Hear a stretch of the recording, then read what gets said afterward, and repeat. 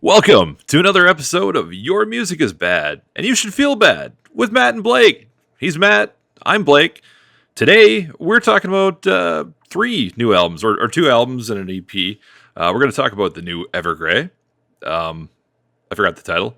And we're going to talk about Unleash the Archers, Phantoma, and the Lords of the Trident, the VGEP.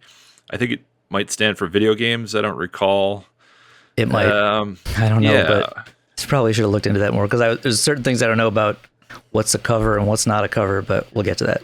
Yeah, so I was gonna get into that too. And before we get too far in, I wanted to give a quick shout out. We got some positive feedback in the meet space. I'm told that John and Serena, who are people I've not met but are Matt's friends, think we're doing a good job here. Think I, in particular, am hilarious, and I love having my ego fluffed. So that's fantastic. Hope you guys catch this. Comments, good stuff. Appreciate it. So, all right, what do you got, Matt? It's good to hear. I know John and Serena well. They've been on the podcast before. Hopefully, will again. All right. Evergrey, Theories of Emptiness. There you go. I think it's what it's called. Unleash the Archers. Every time I hear the title, I think of the not Phantom Limb from Venture Brothers, but like his father. Wasn't he called like Phantoma or Phantomas or something? And then are probably correct. The two-headed old guys would be like Phantoma, and so every time they mention the title, I think of that. I'm like, that's not helping me take this album any more seriously.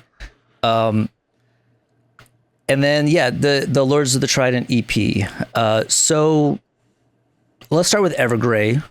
Sure. I listened to this album through 2 whole times. I gave it actually quite a few more listens than that. I found myself enjoying a lot of it, not all of it. There are a couple of things that, there's one thing in particular that was just awful, and I skip it every time, and that was the weird, creepy child that needs to blow its nose on the end track. I don't know what that's about. Yeah, it's not like... It's a very anticlimactic useless end track, and like it's awful.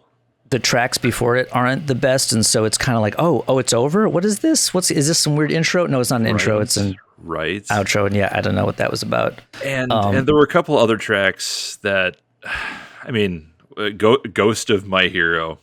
Okay, yeah, we're the sappy someone's mourning, and I get, and that's whatever, and that does something for people, but.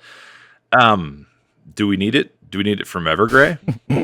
I'm trying to remember some of the titles of the other songs I didn't like. What's the one with the... the terrible gang vocals on One Heart. At some point, I thought maybe Evergrey was trying out for like Eurovision or something with as cheesy as that got.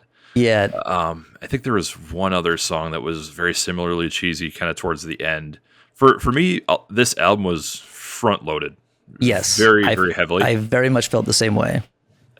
So I did like what was in the front end. Yeah, and then it tapered. The front end is probably the best since I would say Hymns for the Broken. Although mostly that I remember King of Errors, the first track was really good. Sure. There's another really good one, and then I don't remember the rest, but I didn't listen to it that carefully. So maybe this is even the best since before that, but I also don't know if like a single track is necessarily better than King of Errors. But Falling from the Sun is really good. I thought Misfortune and Say, To Become Someone, those 3 are pretty decent. Ghost of My Hero, I didn't mind it as much the second time. Like, it's not amazing. It's not the worst, but it's just the kind of sappy ballad thing. But my cutoff, the song We Are the North, is not the best song, but it has the thing I want to say about this album is that the guitar tone's really good. Yeah. And they usually have a guitar tone, but they had this weird thing where when they started playing, like when Tom started playing 7 strings, they weren't quite nailing the 7-string tone. And so it was a little flubby, but this album, it's like, it's there. Like, I don't know if they just somebody engineered it so that they just nailed it. They put the mic in the right place. And We Are the North has just like this kind of cha-chunk kind of thing that it's not like it's a great riff or anything, but it uses that tone. It's not a bad riff. I like, it's okay. I like the little difference in syncopation and kind of it's like the just the little, like, I don't know, what do you call that? Bad. A half note or whatever difference. Right. But it really takes advantage of that tone. And sometimes that's the thing. If you have really good tone, you can do that. You can play a really simple riff that would not be great necessarily with less good tone, and it doesn't matter because like the tone really sells it. And so my thing was like, I dig the album through We Are the North, and then after that it kind of falls off and I don't care as much. Which is like also The Night Within, which is one of the later tracks. Which is the one that has Jonas Renske on it? Is Rinksa, Jonas Rinksa. I had to double check that too because I was reading it wrong. It's silent. No, just because I took Swedish doesn't mean I know how to pronounce their names. Something. I don't like it. Yeah, it was. They made a big deal out of the song because he's on it, and I don't think it like benefited that much from it. And it's not the best. Like, I get what they were trying to go for, but it's just not as good as the earlier tracks. Well, and it's also guest vocals from Serena Englund? Yeah, his daughter. His daughter. Okay, that's what I was. Yeah. Well, mostly those guest vocals, as far as I can tell, were kind of a constant wailing. He's like backing vocals throughout. pretty much. Yeah, I didn't really like notice them so much. But but Jonas's vocals were the ones where I was like, oh, it's like, because like I get it. I think he's from Catatonia, right? Something like that. I didn't look. I should have looked. The thing about Catatonia is they've always they put me to sleep. I'm like, oh, they're the best named band because they make me catatonic. And like, nice. So that's like, he got someone, like he sings the similar melodies to Tom, but like lighter and weaker. Worse. Yeah. And there's extremely nasal. Yeah. And unpleasant. And there's like 20 seconds of like growls, which don't really do much by that point. So like they're almost into the background. Tom online built up the guest vocals so much. You won't believe the guy. We're gonna play a game. You're gonna guess who it is. And then by the time the answer was like, that's not doing anything for me. But overall, I liked the album more the second time through, and it was like, it's still not a true like return to form. Like, it's not the Inner Circle or Recreation Day or In Search of Truth or anything, but I was like, oh, I might keep listening to this, you know? And again, it has a few really good tracks up front. Mm-hmm. And it has a really good guitar sound. And that goes a long way for me. Organ sounds in a few of the tracks, the kind of like old school prog organ. I don't know how else really to describe it. I think most people that would actually listen to us probably know what I mean by that. But they kind of, like the Arion has a lot of that kind of that organ-y. Yeah, like background. Maybe like Hammond kind of stuff, or possibly like a Hammond organ, something like that. And also, I think they had some like sort of EP, like Rhodes kind of sounds. I mean, I don't know exactly what these, but good keyboard sounds in general, because they have a keyboardist, so there's going to be keyboards. It's a question of what patches he picks, and he always uses a lot of string patches to make them sound cinematic and stuff. But it's nice when he changes it up and gets something that fits a song really well and doesn't just sound like he was like, keys on this one? Okay. And like there's a lot of times where he'll just be playing like a high string part and you're like, yeah, this is the usual thing. But there were some good ones on this one. It was overall a good album. I have some questions about what Evergrey is doing kind of going forward, since the drummer left in the middle of this. They had the whole thing at the end of the video.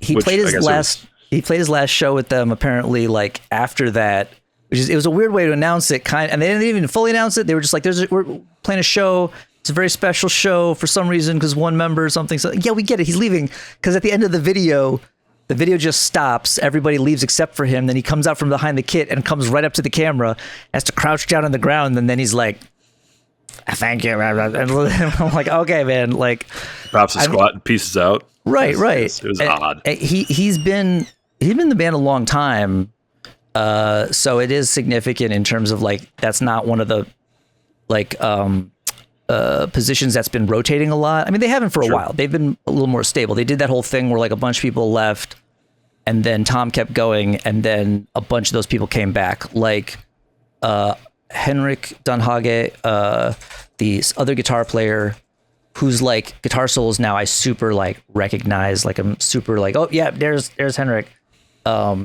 He left for a while, came back. The current bass player is not the super old school one, but he's been with them a while. Johan, of course he's Johan. Like every two out of three Johans. People in any Swedish band have to be named Johan. And or Henrik, which and the keyboard player, what is his Johan. name? I think he is a Johan. He would be. Johan or Henrik? Lars? Nils? It's Nils. Or is it a Johan? Rick? Oh no, it's Rickard. Oh sure, Rickard. Sure. But he's been there a while, and he's pretty solid too. He's been he was in Amaranth for a while. Oh well. Oh no, he wasn't. No, he did a guest appearance. Never mind. Oh, okay. It's like Yikes! That was because Evergrey gets a little poppy, and then we don't need them to be associated with what is straight up disco metal. Did you notice? I think it was probably Ghost of My Hero, where there's a whole section where it's absolutely just like studio beats. Yeah, that's not the band. I was anymore. thinking about that. Well, They're no, but you know what? That's here. At this point though. That's like a metal cliche to have the electronic drum break. It's not even. That's the thing. It's not even weird though. It's been done so much in like prog stuff. But what's weird, but I was thinking about it because I remember that and I didn't mind it. But what I thought, I was like, the problem is the way it's become a cliche and is not in any way genre bending is that it's always just in that one section. And then they go back to the regular drums. It's like, why don't you try some crazy different drums during the rest of the song maybe? Or have the drummer play some triggers or something. I don't know, I've been listening to too much of that 80s all trigger King Crimson. We're gonna have to talk about that. Yeah, that's going to be second one. You have to re-listen to them apparently. Yes, I got too into these few things, and there was any number of things going on. Obviously, you had some stuff, I had some stuff. We've had a little bit of a hiatus here, but we're back. I failed to mention that in the beginning, but Bess back with a vengeance. This time we're gonna try to do this more regularly. Yeah. We'll give her a shot. Anyway, overall positive opinions. We both liked it. I listened to it quite a few times. I'll probably put it on again. And more so than again any album since Hymns for the Broken. Yeah, and I think maybe more. I feel like it's maybe the peaks aren't as high as Hymns for the Broken, but there are maybe more of them. Although maybe not. Maybe I actually should listen. Maybe I should listen to Hymns for the Broken again too. Do the Evergrey retrospective. Well, I mean, I listened to I still listen to the shit out of In Search of Truth, Inner Circle, and I probably should listen to Recreation Day more. But Inner Circle just had like the crushingest guitar tone. Sure. And In Search of Truth is the best album about alien abductions ever made.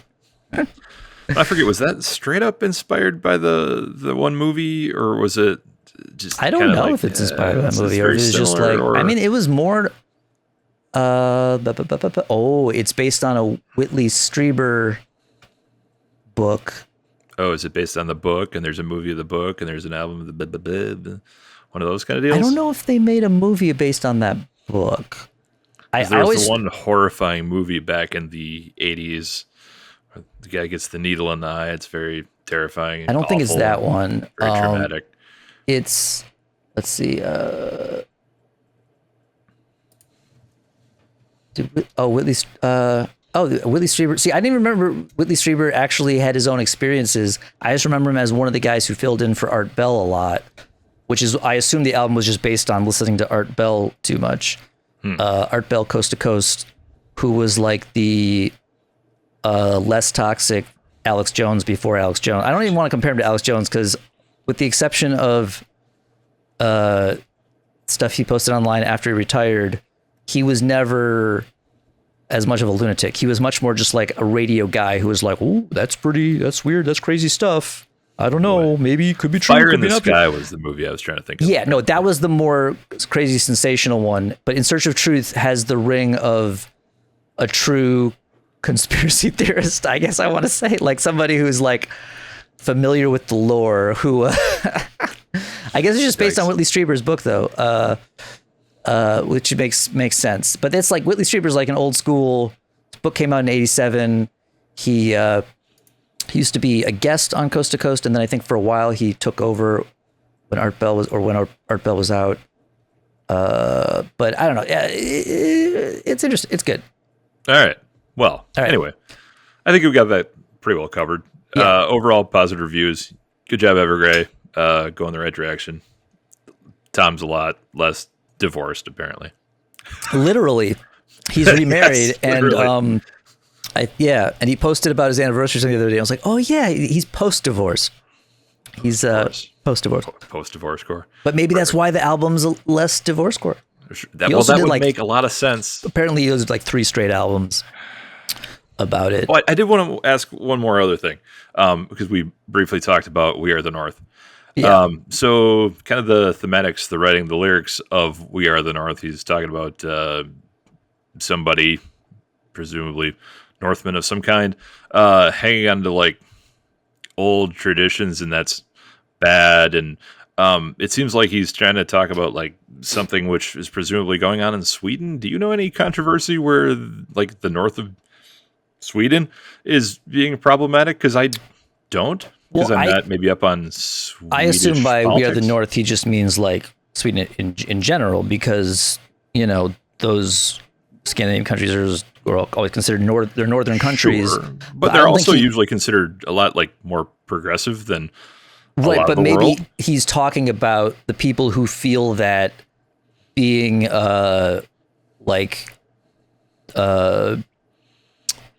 kind of right-wing attitudes, conservative attitudes, are more in line with like traditional Scandinavian, like going way back, thing. Like and they think they're like Vikings and crap, and then they I don't know, I didn't even get that deep into it, but but I know there are like there were like manosphere YouTubers from Sweden, but it's very much not the sort of mainstream, and they think they're like, oh, they're rebelling against the wokeness or whatever, but that would make sense if it was just like, but I don't think it was that specific, like the north of Sweden. I could be wrong. I'm just guessing. I was just kind of trying to figure out where it was coming from. Just my guess is he's just saying like context. People who want to say, oh, we're supposed to be like this because we're, Vikings or whatever. But clearly, best examples of the species. You can't be a Viking and have health care. So. Oh. Yikes. Okay, it's fine. Anyway, let's talk about Lords of the Trident, because I have more thoughts. I have thoughts on Unleash the Archers, but they're more brief. I didn't listen to it as much. I listened to that quite a few times too. But sounds like you listened to the VGEP quite a bit. And I give that a few spins. Again, like twice. I really didn't have that much time that I was in. I had a surprising amount of time in the car recently, but our listening is some great listening. It is. Hopefully, I'll be doing more. I don't have a car. I'm borrowing a car, and it could die at any minute. But and I have to plug a cable in to make the sound go into it. But the upside of that is when I use high res audio, either streaming or by playing the WAV files that I downloaded from Lords of the Trident from the Patreon thing. Because part of the reason I even realized there was is that I get the high res audio into the car audio because I don't have to Bluetooth it. So I'm not losing a bunch of resolution. So it sounds extra good because I'm actually plugging it in and getting the actual, you know what I mean? Like if you high res, like I actually canceled Spotify, which I hadn't done before, but I restarted. I was using Apple for a minute, and then I went back to Amazon because the iTunes, I still thought I had to use iTunes on Windows, and that's a garbage app. And the whole point of having high res from either Apple or Amazon is so when I'm home, I have my speakers, I can listen to high res and actually, again, experience it. Because it makes a little difference on a phone, But if I'm using like Bluetooth headphones, it's a lot of it gets lost and it just can't possibly be transmitted. But anyway, so I'm currently using Amazon, and I was like, oh, also in the car, since I'm using just like plugging in to the phone, I'm actually getting more of my high-res audio, and that was nice. And the reason I knew there was an EP from Lords of the Trident is it came in the mail, because I always forget that I was at the Patreon tier where they send you stuff occasionally. And I was like, what is this? Lords of the Trident? And then it was a disc, and I'm like, what am I going to do with this? Put it in a disk drive? What?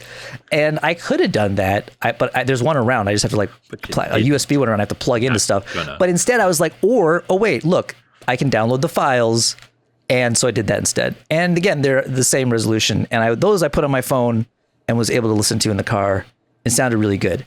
And so that's my main. So actually, remember, my first reaction was like, I don't know if the mastering is as good, but I don't know if that might just been the car, because I listened to it at home.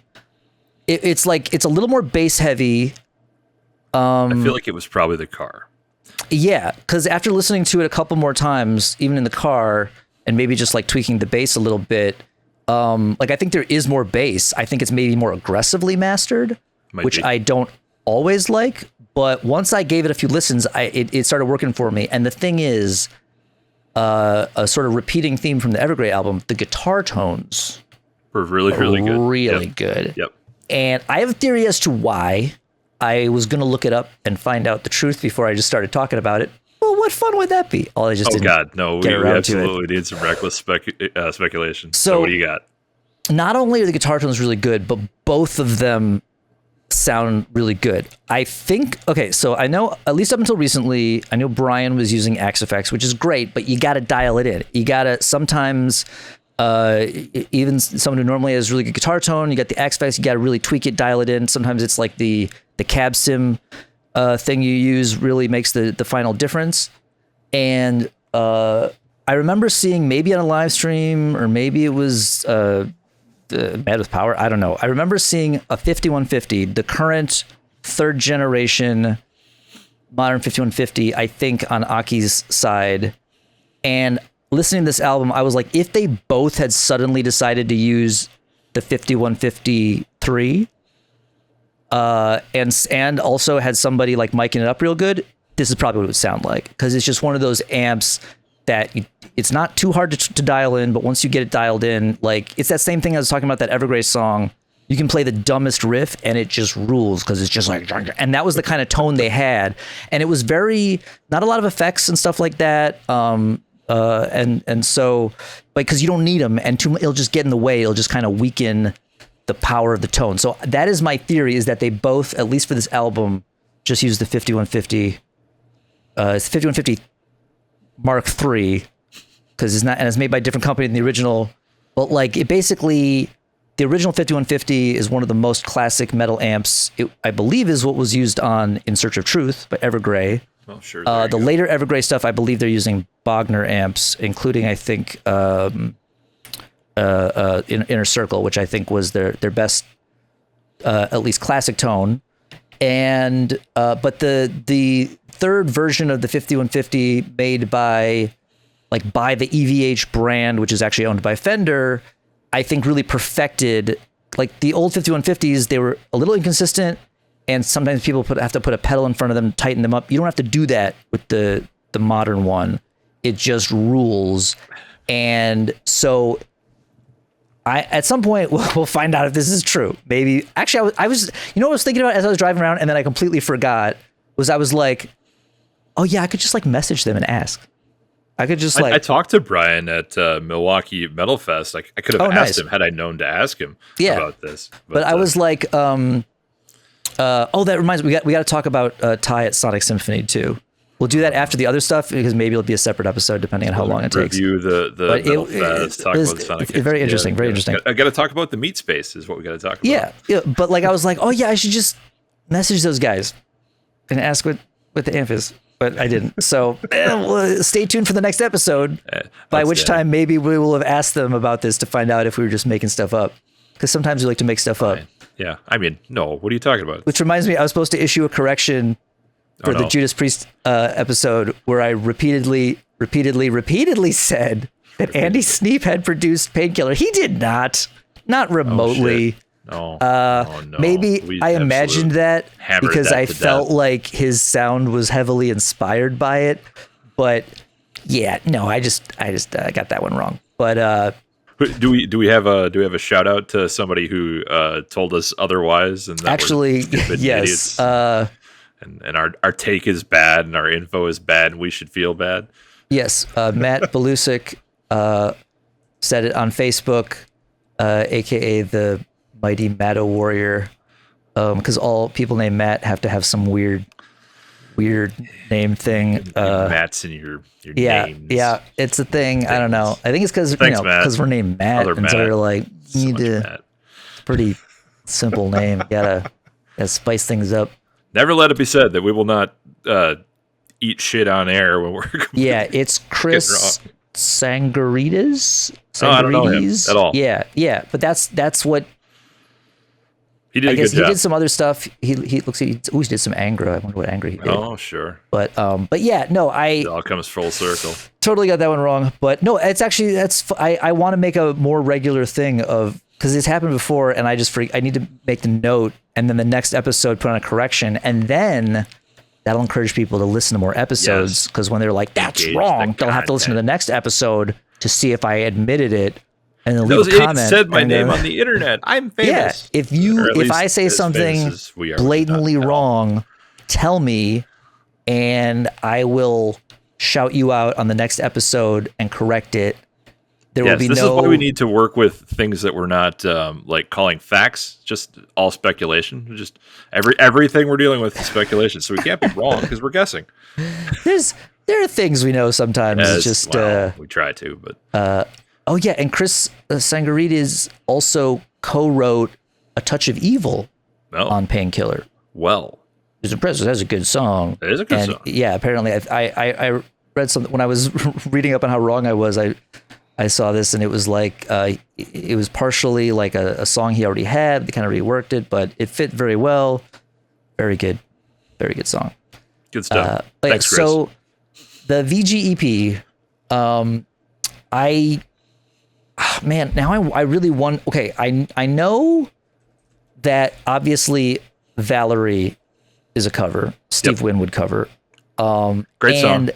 Great song cover. And really well done metal cover. Like I can be like so nitpicky about metal covers because so many of them are so lazy and not interesting. And it's like, with all the metal things you could do with this, there's that one dude, Frog. I was gonna the Frog Leap Studios. Yeah. And Leo, I'm gonna say Mastacholi. That's not correct, but it's close enough. Yeah, Leo. It's definitely Leo. Leo Mastacholi. It's something. Leo Marocchio, something like that. So Ennio Morricone. It's not him either. No. But yeah, that's his whole gig on YouTube, and good for him. And they don't sound bad, but they are all the same. It's really the same formula. Oh, God, yeah. And which again, I guess you got to crank them out constantly for YouTube, fine. But it partially what killed my joy for metal covers of non-metal songs is so many of these just predictable ones that I no longer. It used to be oh, someone did a metal cover of a song that's not metal. I gotta hear that. And Blind Guardian did several good ones. They did Leo Maracchioli, by the way. I was not very far off with Mastacholi. Yeah. No, close enough. Blind Guardian has some of the best metal. They did Mr. Sandman, which is utterly fantastic. One of the best, just one of the best metal covers of a non-metal song ever. If there's anyone listening who has not heard that, right after you're done enjoying our wonderful program here, go listen to that. It's fantastic. And there's a video. There's a real good video too. Go on YouTube, watch the Sandman, Mr. Sandman video. That's okay. At least I've accepted that whenever there's some obscure or even semi not obscure metal song that is extremely appropriate for a TV show, that they won't use it unless it's super mainstream. But people who are oh, they should put Blind Guardian in Lord of the Rings movies, and it's but they're not gonna. No, and it's not gonna fit. or not right. even. Well, you put on the sound. No, I mean, granted, no, that they didn't even do any of that kind of stunt soundtracking with that one. But like, and they weren't going to. But and also that's probably good because the actual Lord of the Rings Blind Guardian song is like not one of my favorites. I mean, don't they have like about 100 Lord of the Rings songs? No, they have one. They have a full album about the Silmarillion. Oh, and they have. Yes, I was using Lord of the Rings in the general sense. No, like they have one literal Lord of the Rings song, and it's like the worst of that subgenre of theirs because it's not terrible, but it's just. Well, hey, they're gonna make a Silmarillion movie, so no time like the present. Are they really? Yep, 100%. Starting to see promo stuff about it. I mean, that would be much better than all the stuff they've been doing. I've heard that it's once again going to be about 3 movies or so. And again, the internet is deep and dark and full of lies. Yeah, because so I could have read something stupid. It's possible. I also could be wrong, but I heard that like the company doing all the current stuff, I thought they didn't have the rights for some reason to the Silmarillion. But maybe. Whoa! Oh my goodness! Yep. It's Peter Jackson is That's gonna, the dude. because he's well. I mean, I'd be excited, except he also did the Hobbit movies, so. I mean, he's done all of the movies. It was always going to be Peter Jackson. Right. Well, he didn't do the TV show. He didn't do the stupid ass TV show. There was a TV show. Yeah, that's my point. Is they've been doing like nonsense. Amazon, they don't have the rights to everything, but they bought enough rights to make a stupid Lord of the Rings show that is based on nothing. It's based on like an appendices in between books, and it was terrible. And they spent $1 billion on it. They spent so much even though everyone hated the first season, season 2 is still coming out because they already did it. In for a penny, is real bad, pound. but that's cool. I would be cautiously optimistic about a Silmarillion movie because it is. I've heard it's going to be a trilogy, which again, it's actually going to be. It literally doesn't matter because there's no through story. It's like a history book, so it's like a bunch of little vignettes. But it's also a ton of vignettes and stories and stuff. So a trilogy would. And there's probably make the most sense. There's obviously characters who kind of weave through it, but. No, I mean that's actually why I'm optimistic because it's almost like he did a really good job with Lord of the Rings. This is a huge tangent. The Hobbit, he wanted the Hobbit to be more like Lord of the Rings, which is stupid. Should have just made the Hobbit into the Hobbit and had it be in one movie and have it be like in the spirit of the Hobbit. But Silmarillion is like darker in some ways than Lord of the Rings and more mythological, and so like it could actually be cool because I think it'd almost be harder to mess up. He just needs to maintain the style, and like it's not like the story's not gonna come. It's a bunch of stories. Who gives a crap? Right. Just give me and Morgoth not have the awful looking dwarves because the dwarf design was really terrible. Yeah, but fix that and I'll be fine. But now I am going to complain that they should use Nightfall in Middle Earth for it because that's the one that was my original point. Now I get what you were. I was like, what are you talking about? Really? But yeah, they do. Okay, so interesting. Good to know. I learned things on the podcast. Very useful. Yep. So, what the? We were talking about Lords of the Trident. Okay, wrong lords. Wrong lords of something else. So, really good guitar tones. Valerie was really good. I need to look up what I'm pretty sure that there's at least 1 or 2 original songs because I don't think the Ballad of John Milwaukee is a cover. Sure didn't sound like it. But all of these things, if not covers, sounded like they were referencing something pretty specific. Yeah. A lot of racing themes here, and my concern is given what Ty is doing with his spare time, this might be related to a certain speedy little. I don't think it's like a Sonic song. I could be wrong, but I feel like a lot of this is very Master of Speed.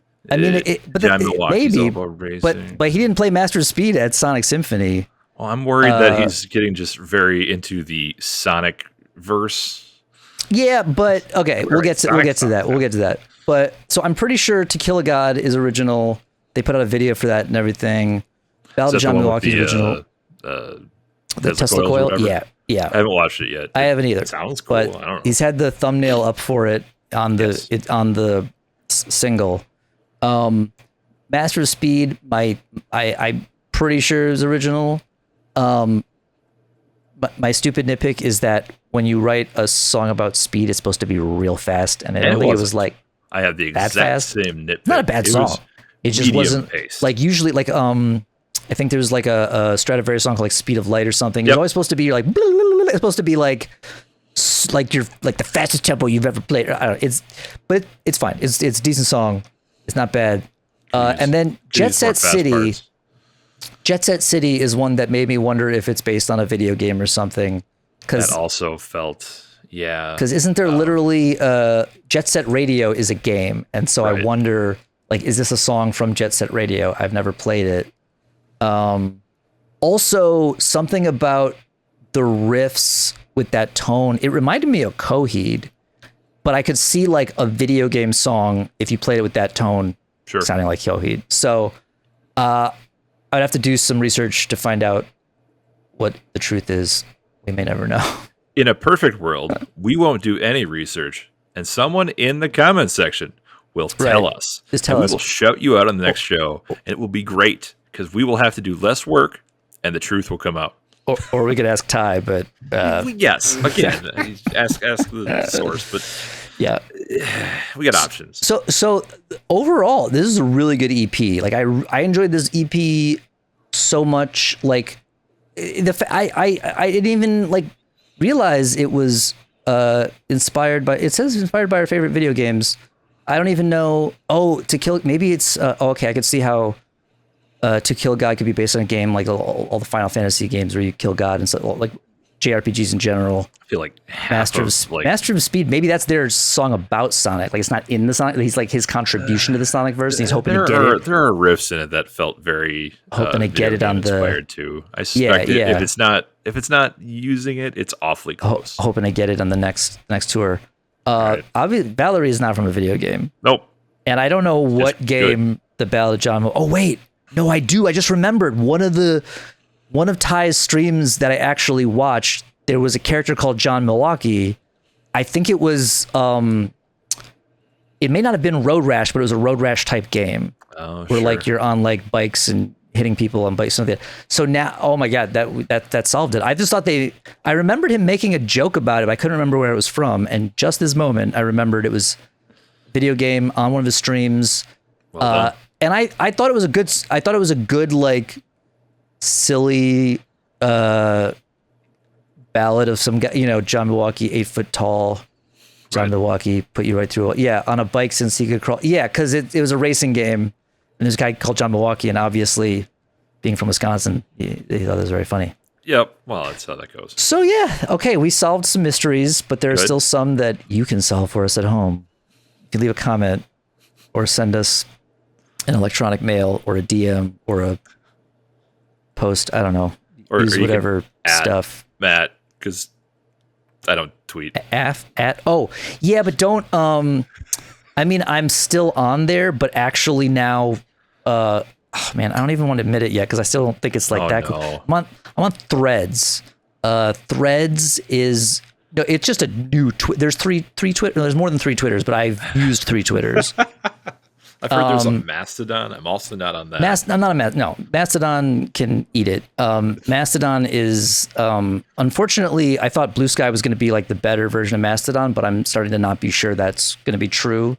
But unfortunately, Threads is also like if you use a bad word, it'll be like, sure you want to use that word, buddy? You sure you want to post that? Because some people get mad about it. And so it doesn't want you to swear and stuff, which sucks. So I just do all my swearing on Twitter. Perfect. All this, which is to say, that's a great lead in to Phantoma, which is my God, about an AI's experience of something, and they got all kinds of shit in the internets because people thought, oh my God, AI, they're gonna use AI to write music and everything's gonna be stupid and bad, and they did use some AI in a video and it wasn't good. And they used it to write some lyrics. Did they? But you can't tell because all the lyrics are dumb on the whole album. So I don't know which ones the computer wrote because they're already just like, oh man, that is some cheesy cliche sci-fi metal writing. And it seems to be, again, I didn't get that deep into it. And I think I only got through the whole thing once. But let's do it quite a few times because again, I had 8-10 hours of driving. yeah, I think you're driving more than I was, but Yeah, quite a bit. I'll be driving more this weekend, but I won't be listening to those albums because I don't have to now. But highs and lows on this again. There are some good tracks there. I like Gods in Decay. I like Human Era. If you like Unleash the Archers, it's not they had their like two much better albums. It's not like it's worse than those. Well, no, sorry. It's not like it's worse. It's not like it's back to the worse stuff before those, is what I should say. The production is still very good. Yeah, which would be maybe right, the thing that you could compare to the early albums. Right. It's tight, no. Also, the writing good. was also much worse on the early albums. Like the song, there weren't like riffs very much. It was like they, I don't know, they figured something. I think they did a better job of copying the stuff they like on the two really good albums. Because I remember certain songs where I was like, oh, this is a Symphony X song. This sounds like so and so. So like a lot of that, but that's not terrible. There were worse things. And there were some decent tracks. It does sound good. It is, the production is still good, but it clearly is like, right? You said there's like an artificial intelligence, which is apparently also a robot.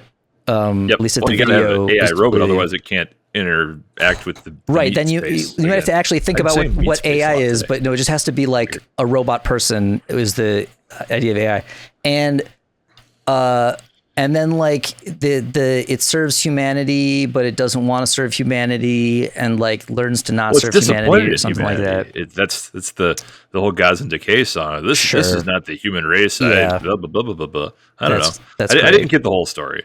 Yeah, I don't want to get the whole story. It really just every single lyric that I couldn't like coherently understand, I was like, oh yeah, is it? Maybe I'll be free. I'm a slave to the humans, and it's like you. And when they got the flack for the AI video and the AI lyrics, especially, which I think was just worse for the fact that it was about AI. Like they did the album about it. They thought it was, of course it makes sense. There's AI. We'll do an album about AI, and we'll do that. But then their defense was like, we're not experts. We didn't like do any research or like read anything about it. It's not like there's like a million articles about what AI is or does these days. We didn't do anything. Which is what it sounds like. It sounds like they just listened to old metal albums already about AI and then did like a cheesier version of that. And that's why I'm not interested, because it's like, if you're going to do an album about AI now, it kind of needs to be, it's a different time. It's not like the 80s where people were just like, it's still power metal. Okay, I feel like power metal doesn't have to look carefully at what AI is or does. I feel like it can still lean on some of the cliches. I think it's allowed. Then your argument is it's okay for power metal to be bad. My argument is that it's okay for power metal to be cheesy. But it's not just cheesy. It's like the lyrics are also bad though. It's like they're cheesy but bad, and like the story is therefore like literally just did nothing surprised me about it. It was like album about robots by Numbers, and I don't know, maybe if you listen to it more, you figure out more of the story, maybe I'll be wrong. Maybe someone will be like, actually what happens at the end is that but I doubt it. I'm guessing the machine learns to be more human, or the humans learn to be more machine. I don't know, who gives a crap. Like that's I think the thing. I just couldn't care. I think the machine becomes part like in the real space and is here to kick everything's ass because the humans fucked up. So a robot. That's what I'm getting out of it. But I thought they were a robot from the beginning, because they were like the world is too harsh. they're an AI from the beginning. But the humans can't survive like on the surface or outside world or whatever, and so that's what they need the robots for. I think the AI is just an AI in like code, just helping their buried like, in environment, code, song buried in code. As far as I can tell, it's like running processes, right? Because they have to make it like the song where it becomes aware. Right. But that's the point. Is like it's like I'm trying to think of like a parallel example of like this made sense in the 80s, but if you write the same kind of album now, it's dumb because things have changed. Like, you want to talk about Queensryche? Pretty much, because Queensryche also like people. Right, people that's try what I'm saying. I think that's make the what same you're looking for. Well, no. Well, Queensryche did a better job. I mean, granted, it was also dumb, but again, like they did Screaming in Digital, NM156. They already did the cyber dystopia stuff but those were 2 songs and they're good.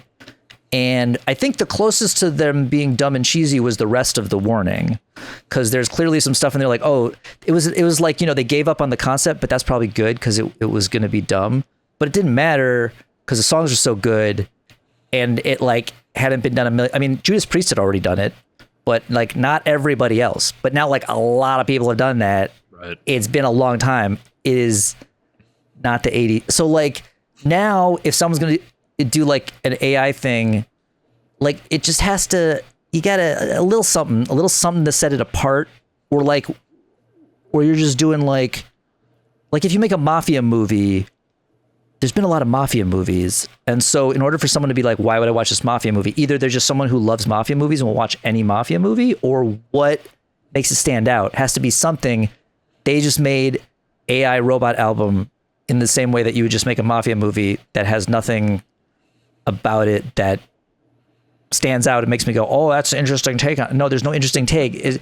And the thing is, there's AI quote in quotes happening right now. People have opinions about it. People have thoughts about it. You should have done some research. You should have read some think pieces or something, formed an opinion that maybe it could have been an allegory. It's not an allegory. There's no allegory. It's just like, what if there was a robot in the futures, and like, so. I can't care. I can't possibly care about it. That's fair. And I want to give him credit for having like a third concept album in a row, if nothing else. I mean, at least they're sticking to albums that are, even if it's maybe lazy for what they're doing with it.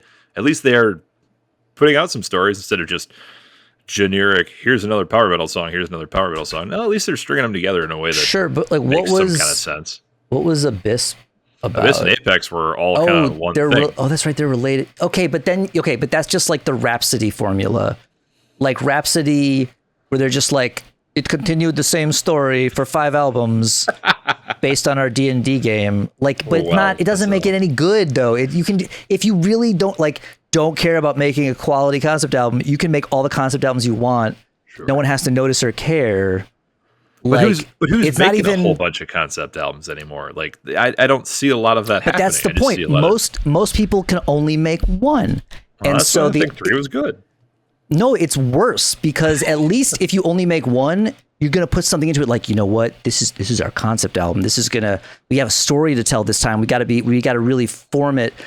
But if you're just going to be like like, there are rare bands who can do a lot of concept albums and they're good, like Evergrey, Pain of Salvation, multiple concept albums in different concepts, good concept albums. Ironically, I want to use Coheed as a counterexample, because while there's a story to it, it's like the story just kind of keeps all the way throughout. It's ongoing. But then they concluded it and did a different one. Like they finished, but like I didn't. Yeah. I recently dug back into it to try to figure out like what the hell the story was and like what actually happened. And it's weird, and it goes in weird directions, because I thought the last few were more of the story, or like going back further in the story or something. No, they did, but they first finished it. Oh, well, did a different story, then went back to the main one and did like the final piece of that one or something like that. But that's the point. You can just keep going forever, and like some of it's interesting, but I always felt like the story was a little all over the place. And like, again, if you just decided it's a concept band, that was the whole thing. Coheed is a concept band. The whole band is about Coheed. So every album has to be a concept album. And so therefore, it can just like go, it can just be what, like, because of that, you can see like at different points is like, he just takes weird turns because that's just what he feels like doing. There's no like, it's the same way that obviously Pain of Salvation example, when Perfect Element Part 1 came out, he had a bunch of ideas about what Perfect Element Part 2 is going to be, but he was like, oh, it's got to be real special, so I don't want to take it lightly. When he finally got around to doing it, he didn't do any of that crap, because it was like, he probably thought he was going to have more money by then or something, like have a bunch of like orchestras and shit. But then it was just, it was like a rough point in the band, and it was just like, let's just do part of this. Surprise, it's part 2. And we're like, oh, that wasn't what I expected it to be. Okay, whatever. Never mind. But that's what happens, because unless you specifically are like, this is the concept, the whole thing, 1, 2, 3, and then like they didn't plan out Abyss when they were writing Apex back to Unleash the Archers. They just were like, let's just continue the story. And I still don't know what any of that story is, because other than like something about cleansing bloodlines, which is like, you better have a good story song about cleansing bloodlines. Man, I've got a pretty good grasp on what the whole story is, but I've also listened to those albums quite a bit. What's the general premise? The general gist of it. All right. There are a few kind of important characters, one throughout. Is it sci-fi or fantasy, first of all? Both.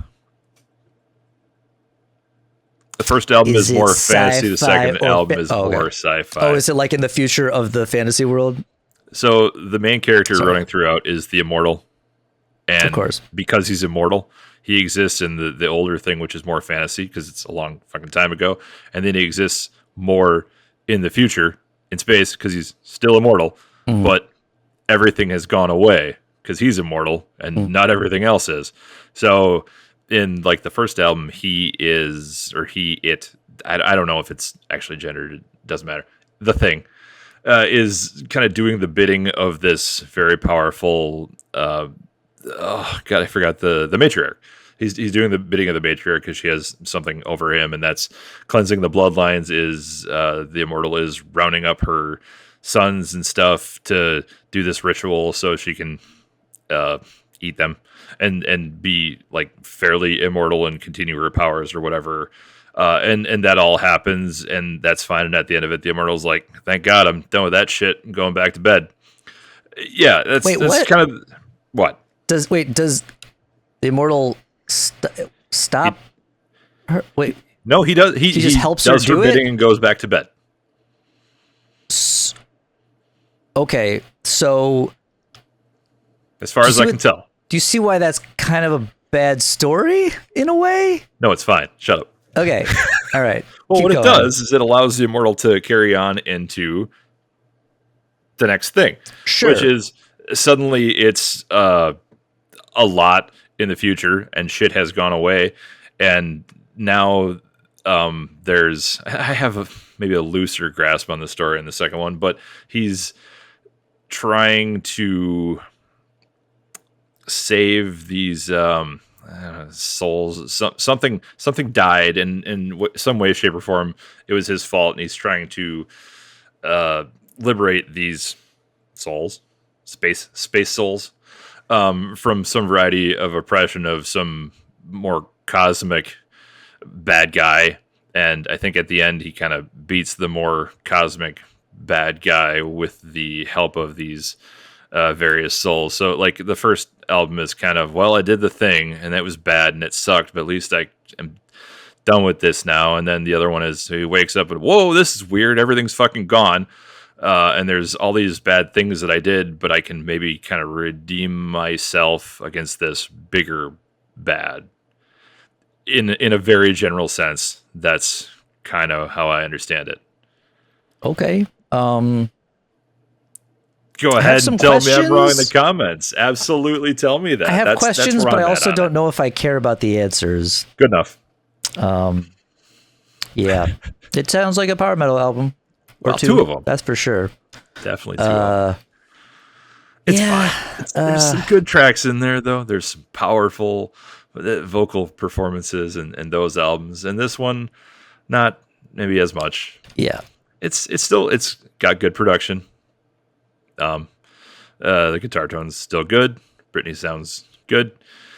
Everything sounds good. It's just I can understand the words sometimes, and that's a problem. Phantoma.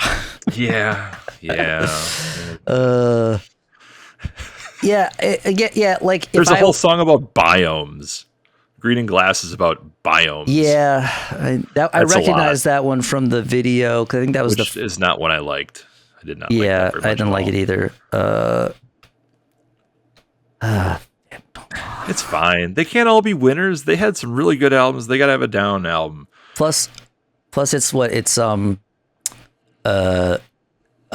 track is spelled PH4/NT0MA. Yeah. It's like leet speak. Well, I think that's the quote unquote name of the AI. Right. but it's like derived from some chunk of code or whatever. It's Supposed bullshit, to mean of course, something, but it but it doesn't, and just happens to spell Phantoma. So that. But yeah, well, that's it is what it is. If I was a person who liked Unleash the Archers more, I might be into it. It's not as good as the last two. It's not as bad as people feared. It's somewhere in the middle. I mean, it's worth giving a few spins. Yeah, and they didn't.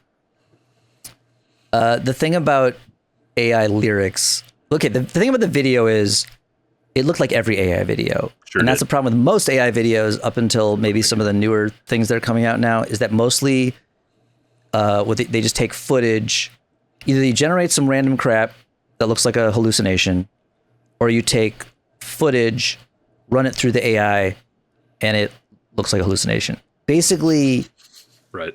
Most AI videos just look like you're tripping on something or other, and it's like the computers have really figured out what it looks like to trip balls.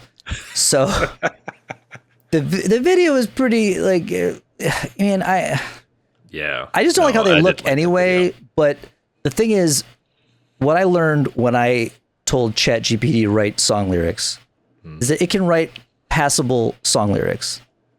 But like, I think if you're any good at writing song lyrics, you should be like, oh, I could have done this better. Like you see the lyrics and you're like, yeah, it's okay, but I would. And people are like, oh, it's supposed to be a jumping off point. I'm like, okay, but for songwriting, why don't you just jump off and write a song? Like, what is you don't need a computer to write you an outline of a song. It's not that complicated. There's not that many words in a song. I get when people are like, oh, I just have to like write an outline for a script or like I've heard some people.